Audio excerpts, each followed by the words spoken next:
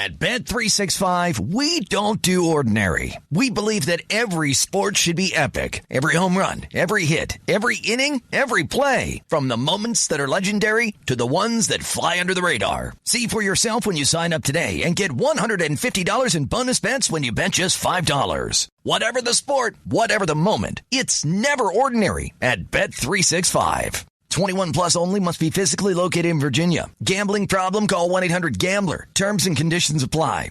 At Bet365, we don't do ordinary. We believe that every sport should be epic. Every home run, every hit, every inning, every play. From the moments that are legendary to the ones that fly under the radar. See for yourself when you sign up today and get $150 in bonus bets when you bet just $5. Whatever the sport, whatever the moment, it's never ordinary at Bet365. 21 plus only. Must be physically located in Virginia. Gambling problem? Call 1-800-GAMBLER. Terms and conditions apply.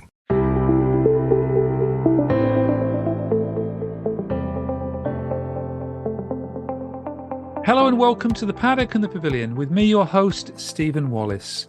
The county cricket season is now in full swing, and on today's show, you'll be hearing from sportswriter Ben Bloom to talk all things county cricket. Ben has just written Batting for Time, a fascinating book which explores the fight to keep English cricket alive against the growing influence of franchise cricket around the world. Ben discusses with me the many areas which are affecting county cricket in the 21st century, a sporting institution which has been going for over 150 years. But what needs to happen now for the county game to survive? And as Ben poses in his final chapter, what is the purpose of counties? Hello, Ben. Thanks for joining me to discuss your new book, Batting for Time, The Fight to Keep English Cricket Alive. Hello. Thank you. Before we go into detail and chat about some of the key points, you've certainly grabbed the headlines as soon as the book came out. Yeah, there was. Well, it was nothing that I said, but it was Tim Bostock, the Durham CEO, a quote that he gave me that sort of made a bit of a ripple in the pond that is English cricket. But generally, what has the reaction been like to the book? It's been very good. I think people sort of appreciate what I was trying to do, which was canvass all sorts of opinions on the domestic game, speak to every single angle and get all sorts of different takes. And people are appreciative of that and seeing the benefit in hearing all different sides rather than just living in an echo chamber, which is very easy to do, especially on social media. So to have this resource that really gives all the different opinions and explains why the ECB are doing what they're doing and what different counties want from the future and what different members want. I think people are seeing the benefit in it. It certainly created some debate. Before we chat about the book, I just wanted to find a little bit about yourself. I know you used to work for the Daily Telegraph. Yes. Yeah, I was there for 10, 11 years. And then I was a general sports reporter there. So I wrote about cricket. I wrote about all sorts of different sports. And then I was made redundant at the end of or the start of 2023. And then suddenly had a fair amount of time on my hands. And that was sort of the catalyst for writing the book, really. So do you play cricket yourself? I know you play football, but... Yes, I do. I've always played a lot of cricket. I've got a 2-year-old son, so that has sort of put the kibosh on my availability. So I've not been regular in the last couple of years, but prior to that, very keen cricketer, yes. I say football for listeners because Ben's sitting in his five-a-side football shirt, which looks like he's got blood all over him. But yeah, it's an obscure Japan kit, and I've got 5-a-side this evening, so I thought I'd wear it for the afternoon. Let's get back to the book then. How long did it take? I mean, how many people did you interview? I never came up with a final tally. I know it just exceeded 100, so it's somewhere in excess of 100. That goes from formal sit-down interviews with the chairman of the ECB right down to just having chats with members at Hove or Grace Road or something like that.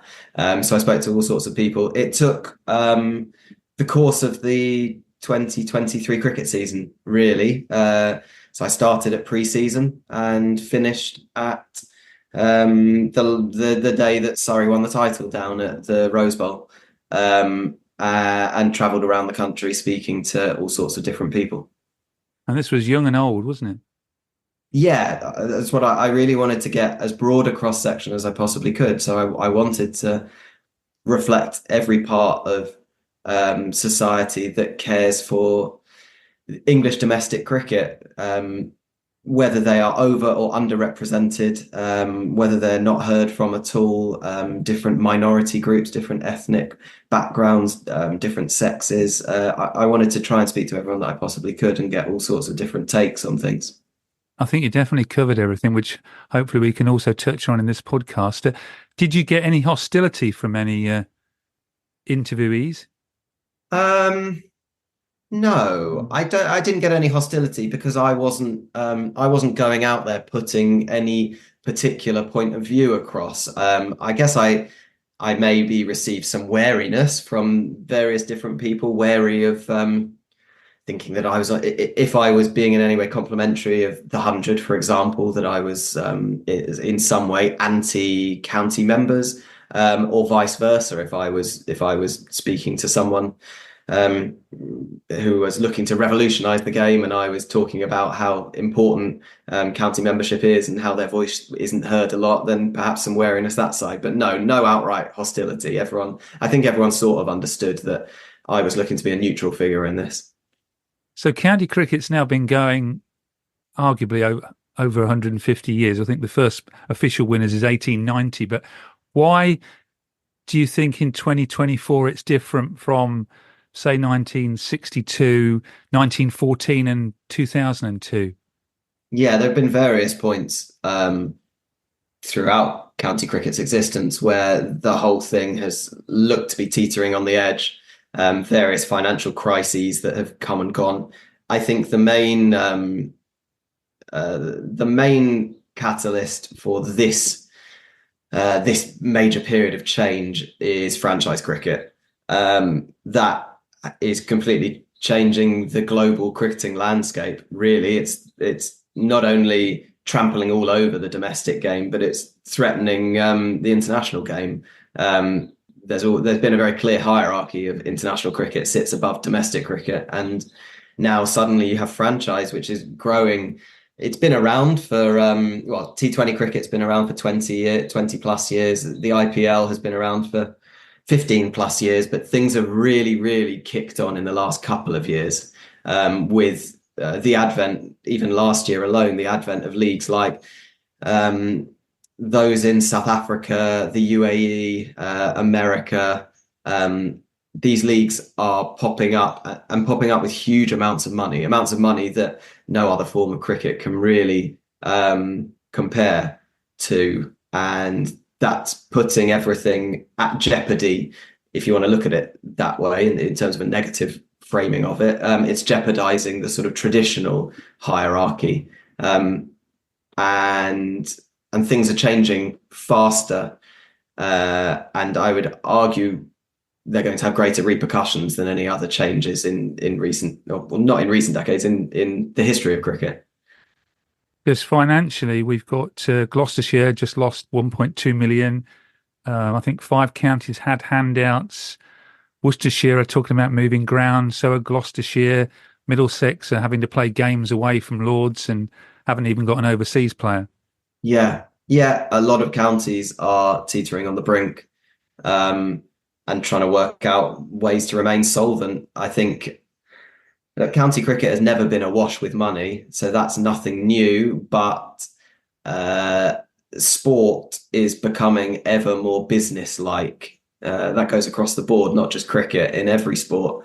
And they have to think about different ways of making money. And ultimately, county cricket doesn't make money. And that's quite a problem for county clubs who are trying to work out how to stay afloat. And that means that they have to look at all sorts of different revenue streams, primarily from the ground and other uses that they could put the ground to. So it's a bit of an odd situation in that the raison d'etre for these clubs existing actually makes a loss. So they have to find other ways to make money and remain solvent. And you sort of stated in the book that effectively 69,000 members, county members, are making the decisions of county cricket effectively. Well, it's some people negatively, some people that want to sort of revolutionise the game feel that county members potentially hold the game back because they don't want to see as much change. And that 69,000 figure was that was the figure that I ascertained with some difficulty, actually, because counties weren't particularly forthcoming in the number of members that they have. But by the end of the 2022 summer, there were 69,000 adult county members. And so those are the ones that have full voting rights. And therefore, they are the ones that, in theory, control the future of the game, because 15 of the 18 counties are member owned. Of those 69,000, I think it was Tim Bostock actually at Durham who said there's probably only about 10,000 of them who are actively involved with administrative matters and go to the AGMs and the forums and they vote. So that is a very small number of people in comparison to the number of people in England that care about cricket. That's a very small number of people to have such a big say in determining the future of the English game. And would the demographic of those 10,000 be, say, likely to be, say, over 50, over 60? Yeah, they are. The phrase is male, pale, and stale, which is not a particularly kind phrase. But if you go to a county game, the audience does tend to be male of a certain age. County cricket, certainly red ball cricket, takes place during the week, so they tend to be of retirement age, and white. The ethnic diversity that cricket has, certainly at amateur level, and by that I mean in the playing ranks, is not reflected on or off the pitch in the domestic game in England. It is starting to be reflected better on the pitch, but it's not reflected off the pitch at all in the stands. Yeah, because certainly at club level, it's 35% people with sort of South Asian heritage who are playing cricket in England. Yeah, it's somewhere around or somewhere approaching a third of amateur cricketers in England are of South Asian descent, and that number, when you go into a county game of any format, county game, red ball or white ball, it's minuscule the number of people of South Asian descent in the stands, and that is sort of. That doesn't make sense at all when that community is so passionate about this sport. If you have an Alexa, it's easy to listen to the show. Just say, Alexa, play the Paddock and the Pavilion podcast, and you will catch our latest episode. The show is also available on Apple Podcasts, Google and Spotify. Now let's get back to Ben. Coming soon, we discuss whether the 100 is the saviour of county cricket or its biggest danger. Just going back what you said earlier, so is it cricket grappling with business versus community type of angle? Yes, definitely.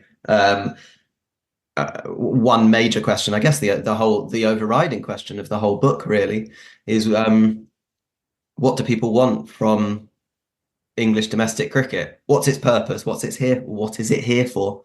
And some people argue that if counties aren't producing England players, then what's the point? Some people argue that they are businesses and therefore need to be profitable, need to be healthy and healthy financially. And they're there to grow and make a profit. And some people argue that they are community assets and they're there for the community, to be run by the community. And that's more important than anything else. And Those people that argue all those different views are really at loggerheads about what they want from the game, and really that's at the heart of disagreements around the 100, really, because the 100 jeopardizes this 18 county structure at what for what purpose? The purpose seems to be to make money, but there are a lot of people that love the county game that argue that domestic cricket in England is about a lot more than making money. One stat that stood out regarding the purpose of the counties was that is it 92 players in the last 20 years who've played for England? Only 9 players came from Glamorgan, Worcestershire, Gloucestershire, Leicestershire, and Derbyshire. In fact, Glamorgan didn't have any. Yeah. I guess it's not particularly surprising that it tends to be the bigger counties. I think Surrey and Yorkshire are right at the top. Durham also, and I use Durham as the case study. I went up to their academy and spent a day with them because Durham are incredibly good at producing England cricketers. But I suppose it's not surprising that the likes of Surrey and Yorkshire and other big counties do produce more players than more England Test players than the smaller counties. That would be the same in football, I imagine. Players coming through big Premier League academies rather than smaller academies. So it's not a huge surprise, but it does sort of lend a bit of weight to the people that argue, well, what is if these clubs are not producing England cricketers, well, what is their purpose in the grand scheme of things? Although you could argue sides like Leicestershire have sort of developed people like Stuart Broad and James Taylor. Yeah, Leicestershire, a really interesting point there. Sean Jarvis, their CEO, has come up with this phrase, the Academy of Cricket. And he is quite content for their best players to come through the academy, to get given a chance at Leicestershire that perhaps they wouldn't get given elsewhere, catch the radar of the England selectors, and then move on to, well, get poached by a bigger county, invariably Nottinghamshire, because they're near neighbours. But Sean Jarvis is sort of, obviously he's not happy because he'd rather that they would stay at Leicestershire forever, but he's content that Leicestershire are proving their part in the ecosystem in producing these players in the first place. Turning to the 100, is the 100 county cricket's biggest danger or its saviour? Well, that is the big question. And that completely depends who you ask. I can see huge benefits to it, and I can see major worries from it as well, depending on which standpoint you're looking at. You're coming at it from. It will bring in, with the investment that is imminent, that they're discussing at the moment, private investment. It is going to bring in huge sums of money, greater sums than the domestic game has ever seen before. That will, in the short term, prop up various counties. It will, well, if you see these 18 counties as businesses, then all businesses need money and they're struggling to work out ways to make money. So in bringing money in, that on the face of it seems like a good thing. Then the big negative of it is it will undoubtedly widen an ever-growing gap between the haves and the have-nots in the county game. There are only 800 teams, so those are associated with 8 of the 18 counties. Those 8 counties are going to be given a certain percentage, which is being thrashed out at the moment, of each 100 team, and they could potentially sell that percentage to bring in enormous quantities of money. So the likes of Surrey and Lancashire and Warwickshire and Hampshire are going to have routes to making tens of millions, which Sussex and Kent and Derbyshire and Leicestershire just have no way of doing so. So it really is going to perpetuate a sort of 2-tier county cricket structure. The smaller tiers will get some money from the overall investment, the private investment that the ECB are selling their stake into the 100 teams. So no county will be completely left out of this imminent windfall of money, but there will be huge discrepancies in the amounts that different counties will get. And isn't there a danger that any private investor is going to want 100% control eventually? Yeah, obviously, that's one major fear, that this is just a stepping stone to privatization, full stop.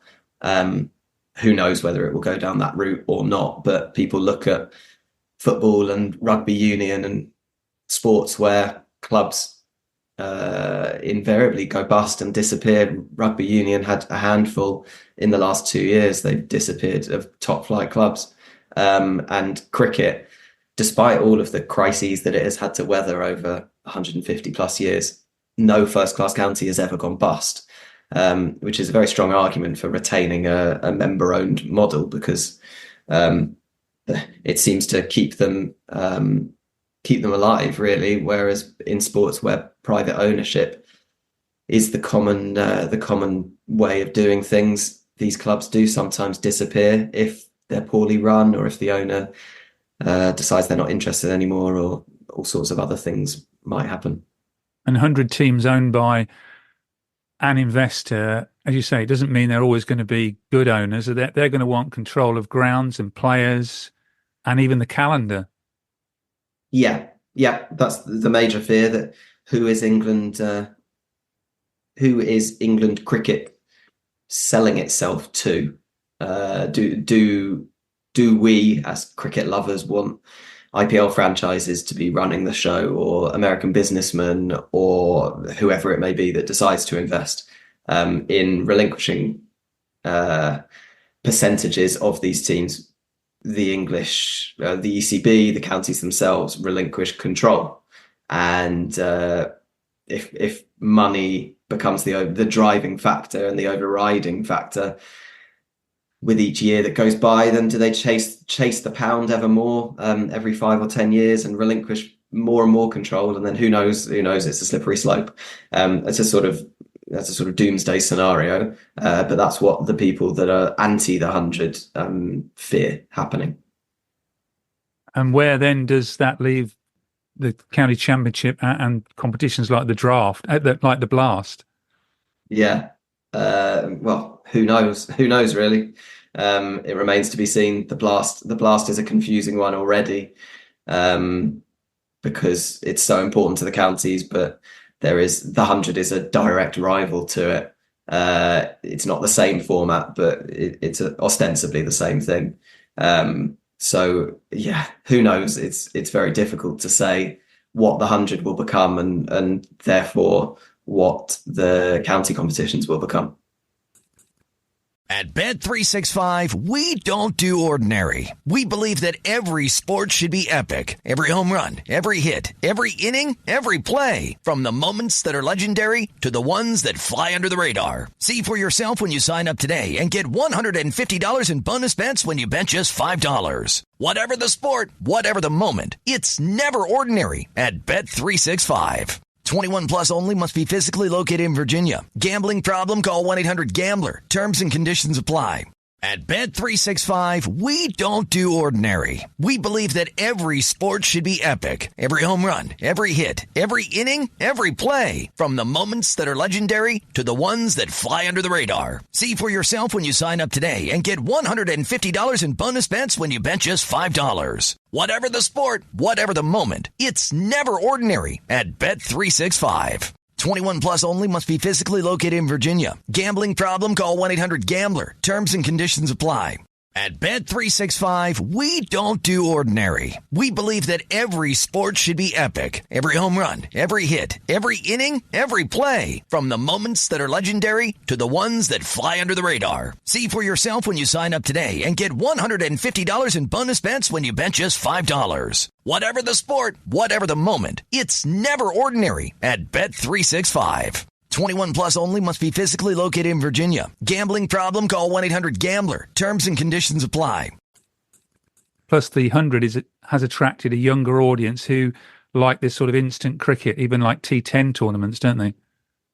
Yeah, definitely. I guess if you're trying to look at things positively, then you would say that hopefully the younger audience and new cricket fans get brought in with the T10 or the 100 or T20. fall in love with the game and then develop an interest in the red ball game and the longer form game, and they then sustain that as well. Whether that actually happens or not, who knows? If the best players decide to turn their back on red ball altogether and Test cricket withers and dies in a way that it is looking like it might do, certainly outside of the big three international countries of England, Australia, and India, then maybe there won't even be red ball to try and woo the players to attract them to play in that format anyway. So yeah, I think that this spread of T20 leagues and T10 leagues, you can lump that in the same category, and the 100.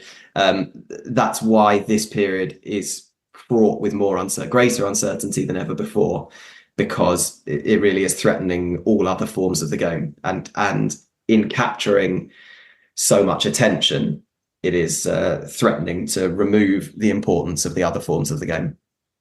Plus, the PSL is now going to be played when county cricket's on, and the Major League Cricket's going to be on when the 100's on. Yeah, it's more and more leagues are encroaching every year into the English summer. The IPL has always been during the English summer. The CPL in the Caribbean has been, but English players traditionally haven't played in it. The Major League Cricket in America started last year, and that's in the English summer. And then, like you said, in Pakistan they are. So they're all. There's so many of them these days that and the calendar isn't regulated. I think there will come a point in the not too distant future where the calendar is regulated, and there will be probably one major short form league taking place at any one time. Now, obviously, that doesn't take into account county cricket. So they may be happening at the same time as the T20 Blast or the County Championship or the now forgotten about One Day Cup. But I suspect that there will the ICC will seize control of, or they will have to take control of the international franchise calendar, because it's out of control at the moment. No one's regulating it, and these leagues are popping up all over the place, and there needs to be a formal structure to it all. But ultimately, the IPL will probably sit at the top of it because it's the biggest league in the world. And would it be fair to say, even as we are today, that the county sides rely on the money they get from the ECB through the test matches to run now? Yes, the majority of them do. Certainly the smaller ones do. The bigger ones bring in lots of money from other methods, like hosting conferences and having music concerts and all sorts of other stuff going on at their grounds. But yeah, the ECB money does tend to make up the largest pot for a lot of counties. Now, county members would say that's not an ECB handout. The counties produce the players to play in those matches, and so they deserve to have the money back. It's not like the ECB are doing them a favour. But yes, undeniably, that if that pot were to disappear, then counties would probably disappear. But likewise, if counties didn't produce the players, then there wouldn't be England teams to play in those competitions. But it's true that the ICC revenue now principally goes to India, England and Australia, and it's very important that England have competitive nations to play against, not just England and Australia every year. Oh yeah, there's the international game. I didn't look at the international game in my book. That's a whole different beast, whereby the gap between those three countries that you mentioned and all other countries is enormous, and is only being allowed to widen every single year, to the enormous detriment of the global game and the sustainability of the game. It really is just the three wealthy nations getting richer and every other nation just being thrown by the wayside. You just have to look at South Africa fielding a third choice side for a test series earlier in the year because their T20 league was happening at the same time. There's just no reason for for countries like South Africa, even though they're historically the fourth biggest test nation in the world, no reason for nations like South Africa and New Zealand and West Indies to play much test cricket, because it doesn't bring in the eyeballs, it doesn't bring in the money, and they don't get a big pot from the ICC for doing so anyway. So what's the purpose really for them? And for cricket fans in England, we want competitive test cricket, which then leads to more ticket sales and everything. And the broadcasters will be the same, which then trickles back to the county game.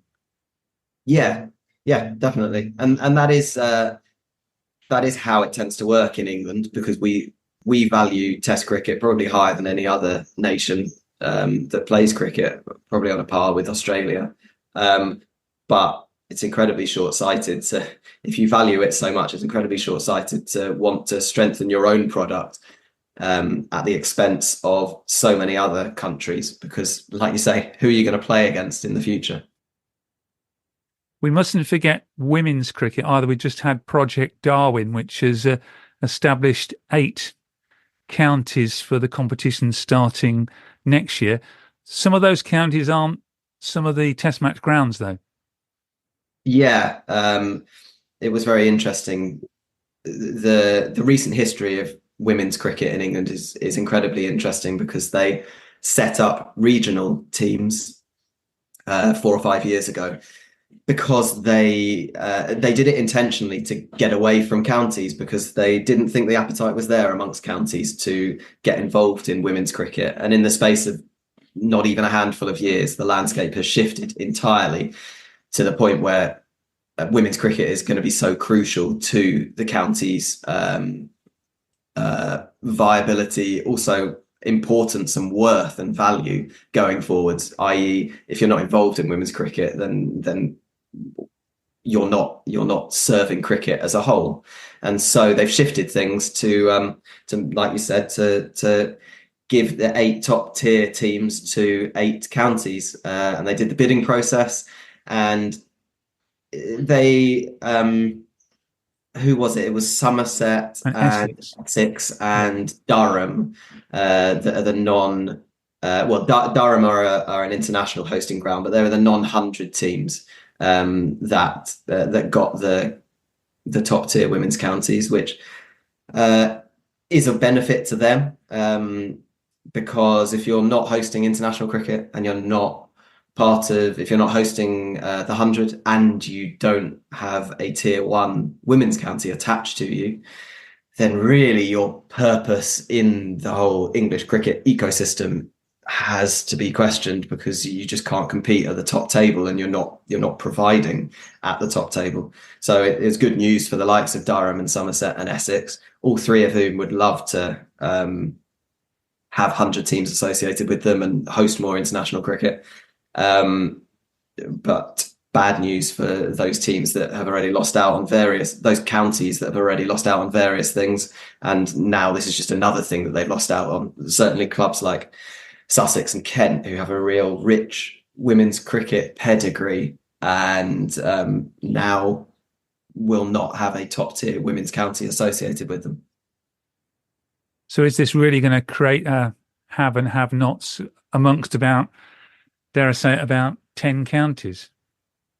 Yeah, definitely. I think I'm right in saying, yes, there are 7 counties that do not host international men's cricket, that do not have a top tier women's county, and do not have a 100 franchise. And those 7 are going to be, they're naturally going to sit below the other 11. Amongst those other 11, there's going to be a hierarchy, because clubs like Surrey and Lancashire and Warwickshire, they have all of those things that I've mentioned, whereas clubs like Essex and Somerset only have 1. But those 7 have none. So they don't have the means to generate income by themselves through all of those different routes. They don't have the purpose that having a top tier women's county has. They won't be able to attract the best female players because of that. So yeah, it really is going to create a lower tier of these 7, I think. But they still have this sense of community in their county where they've got members who still want to watch county cricket. But conversely, will the people of 20 years' time have that same sense of community? Yeah, who knows? Who knows, really? They all have membership bases. A lot of them are not enormous. Some of them are around 1,000 of the adult county, full adult county members. It might only be 1,000. It might be 2,000, 3,000, 4,000. Probably not more than that at these 7 counties that we're talking about. So they're not huge numbers, but these institutions are incredibly important to these people. And they do serve a very important role in the community. They serve a lot of club cricket. Their foundations do a hell of a lot of important work. We have 18 academies that produce professional cricketing talent. If you were to take 7 out of it, that's not far off half.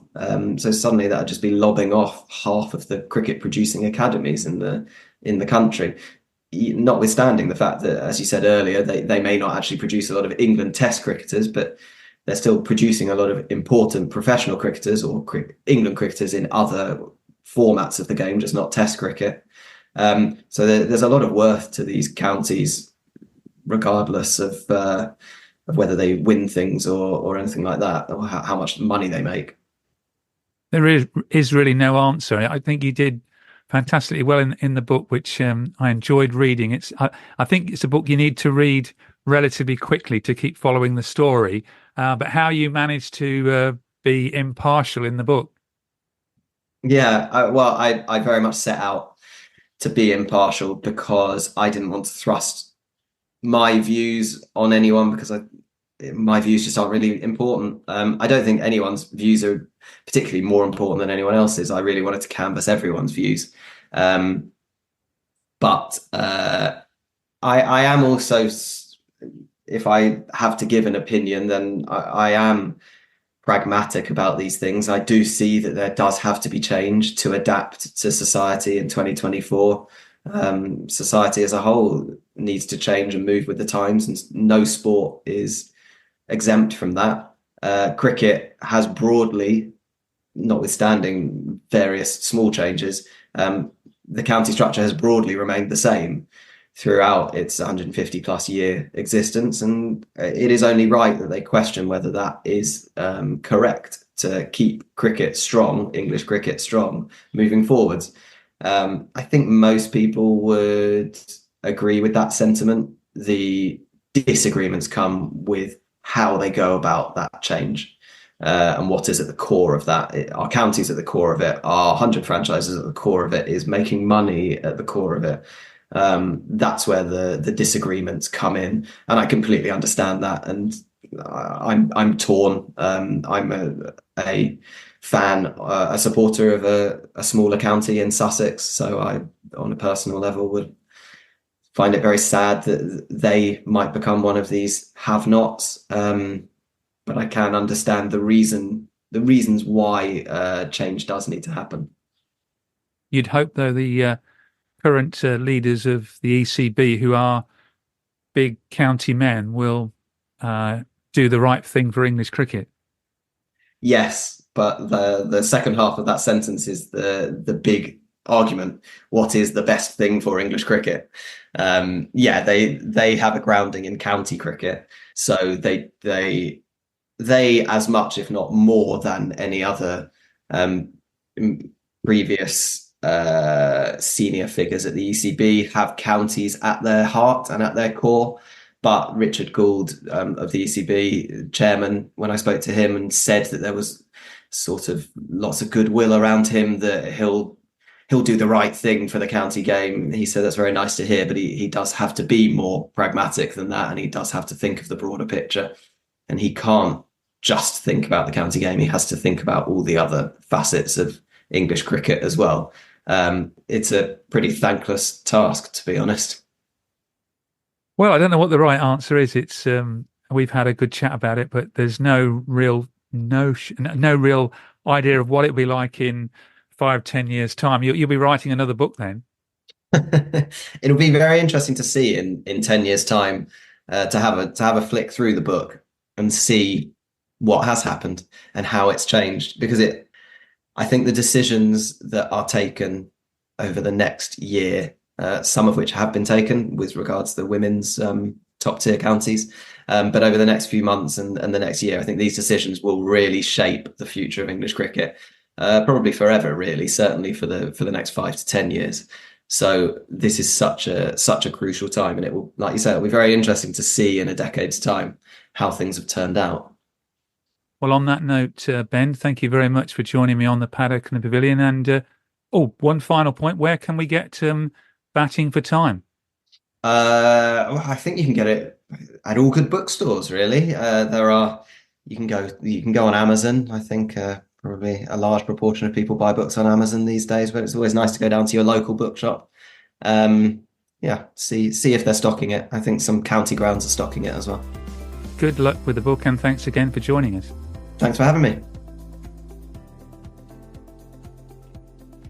Sports Social Podcast Network.